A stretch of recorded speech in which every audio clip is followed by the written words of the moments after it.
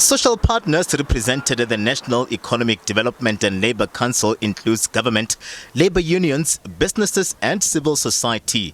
Nedlac has positioned itself as a consensus-seeking body.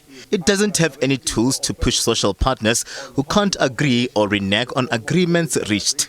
Nedlac says its mission is to facilitate consensus and cooperation between partners to deal with South Africa's socio-economic challenges. But there are concerns that very little has come out of this agreement.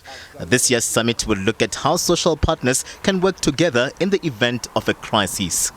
It depends on the timing and the issues about the extent to which we have built trust and the extent to which we can collaborate.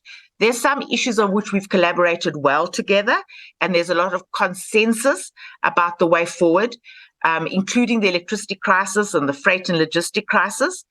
There are other issues, for example, the issue of labour legislation and changes to labour legislation, the vision for the economy, where I think it is harder for social partners who come and represent different interests to collaborate and reach a common view. Trade Union Federation COSATU is among the labour representatives that form part of the social partners. COSATU has raised concerns about the inability to hold social partners accountable for failures to implement council's resolutions.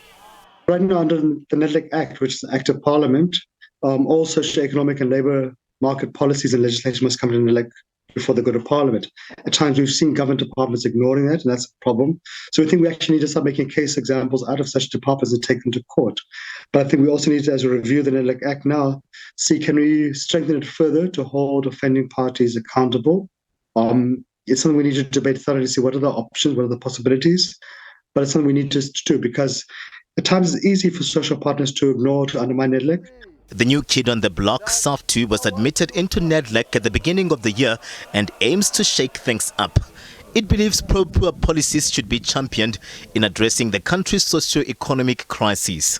Nedlac have existed in a different form even before 1994.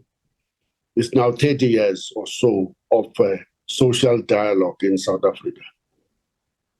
But that social dialogue have not produced any results that are worth celebrating in the context of the current levels of unemployment, poverty, inequality, crime, corruption, violence in society, a nation in depression, losing its youth to drugs, pandemic, and all of the social ills that flow directly from the crisis of poverty and unemployment in our country. Nedlac says the objective of the conference is to emerge with a comprehensive social compact to address various issues as the workers and South Africans seek a common position, accountability and tangible steps in addressing many challenges facing the country. Katlego Logodi, SABC News, Johannesburg.